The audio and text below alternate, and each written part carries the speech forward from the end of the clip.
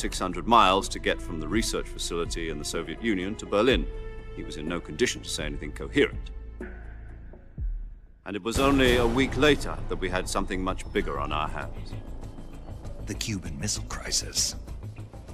October the 16th, 1962, President Kennedy received word that the Soviets were in the process of deploying intermediate-range ballistic missiles in Cuba. The President demanded that the Soviets dismantle and remove the missiles. At the same time, he announced a naval blockade to prevent further missile shipments from reaching Cuba. But the Soviets didn't back down, instead placing their armed forces on secondary alert. Soviet transport ships carrying missiles continued on course towards Cuba. US and Soviet forces went on alert for an all-out nuclear war. Frantic negotiations were conducted through the UN's Emergency Security Council and unofficial channels to end the hair-trigger standoff. Finally, on October the 28th, the Soviet Union agreed to remove its missiles from Cuba, and so the world avoided a nuclear holocaust. But in order to get the Soviets to pull their missiles out, we had to make a deal. You mean the one where the US agreed to remove its IRBMs from Turkey? No. The Jupiter IRBMs deployed in Turkey were obsolete, and we were going to get rid of them anyway. They had no strategic value whatsoever to either the US or the Russians. The Turkey deal was a ruse, a cover story that was fed to the other intelligence agencies around the world. So what did the Russians really want? Sokolov. They wanted us to return Sokolov. You mean the Soviets pulled out of Cuba just to get their hands on Sokolov? That's right. What the hell was he working on? At the time, we had no idea. We were running out of time. It was either give up Sokolov or risk full-scale nuclear war. In the end, we had no choice. President Kennedy gave in to Khrushchev's demand. The next day, I got Sokolov out of the hospital, handing him over to agents on the eastern side. Sokolov kept on screaming, "Save me," until he disappeared from my sight. Then, a month ago, we received some new information from one of our moles. About Sokolov? Yes. He was taken back to the research facility and forced to continue working on the weapon in question under KGB supervision. What's more, it's on the verge of completion. So what kind of weapon is it? Something to do with space rockets? No, missiles. Same technology. I guess you're right. We don't know the details, but it appears to be a new kind of nuclear device. For half a year now, the Soviets have been conducting frequent nuclear tests at Semipalatinsk. Something to do with the weapon, I assume. We're talking about a secret weapon so big that Khrushchev was ready to pull out of Cuba to get it back. Is Sokolov still in the facility?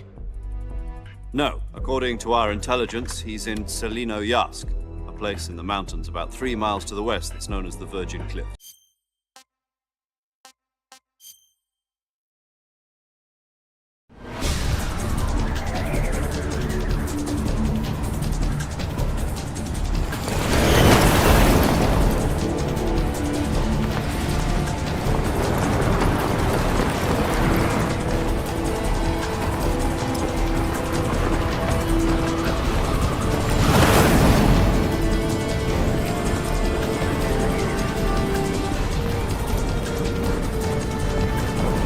Listen up, Jack. Your mission is to infiltrate Selinoyarsk in the Soviet mountains, ensure the safety of Sokolov, and bring him back to the west.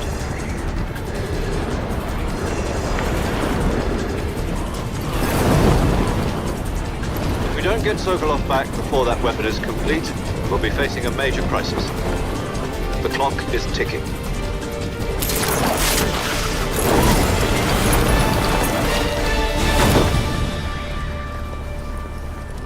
Once we've confirmed the rescue of Sokolov, stand by at the recovery point. A recovery balloon will be dropped at that point. Helium will be pumped into the balloon to inflate it. The process takes about 20 minutes. Once it's complete, the gunship's arm will latch onto the balloon and pull it up. The Fulton surface-to-air recovery system. I'm familiar with the theory. Take it easy. It's been combat-proven. Do you think Sokolov is up to it? The shock will be less than during a parachute jump, and the arm can handle up to 500 pounds. So you're planning on going over the border in a single combat Talon? She's equipped with two 6-barrel 20mm Vulcan cannons, as well as two 40mm machine guns. Sounds like she could hold her own against a battalion of tanks. Even with the fuel in the reserve tank, we're facing a 4-hour time limit. If all goes well, it shouldn't take more than a few hours. Home in time for dinner. But if anything goes wrong, you'll be eating dinner, breakfast, and all the rest of your meals in the jungle.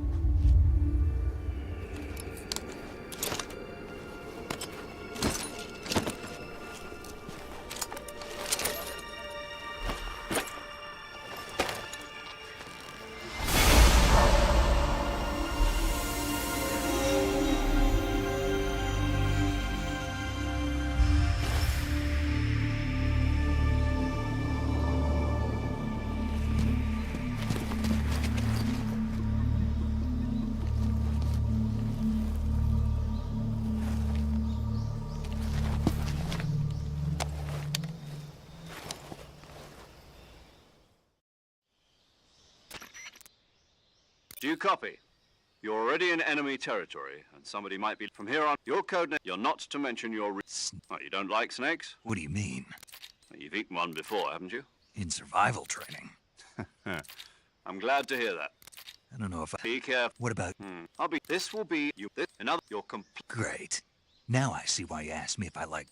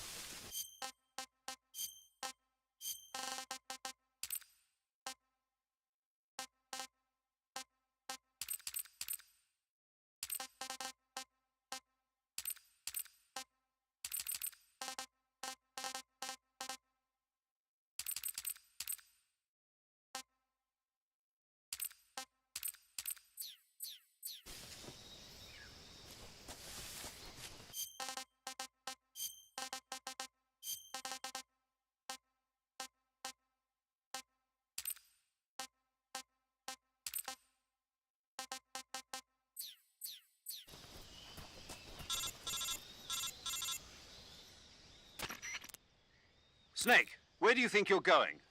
You...